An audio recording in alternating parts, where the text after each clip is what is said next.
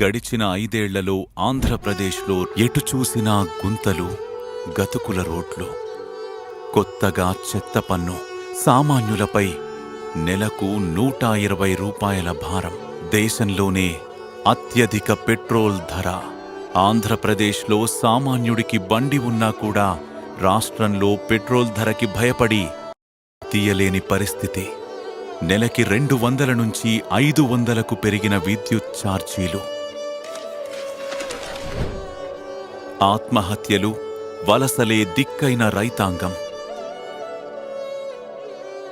16వ తేదీకి కూడా రాని ప్రభుత్వ ఉద్యోగుల జీతాలు, అప్పుల పాలవుతున్న సగటు మనిషి. 2019 వరకు కేవలం 200 రూపాయలు ఉన్న కూరగాయల ఖర్చు ఇప్పుడు వారానికి 500 రూపాయలయ్యింది. భారీగా పెరిగిన నిత్యావసరాల సరుకుల ధరలు, మద్యపాన నిషేధం.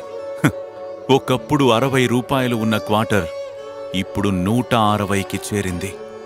గడిచిన 60 నెలల్లో ఒక్కో కుటుంబంపై ఈ ప్రభుత్వం మోపిన అదనపు భారం 2,79,136 రూపాయలు.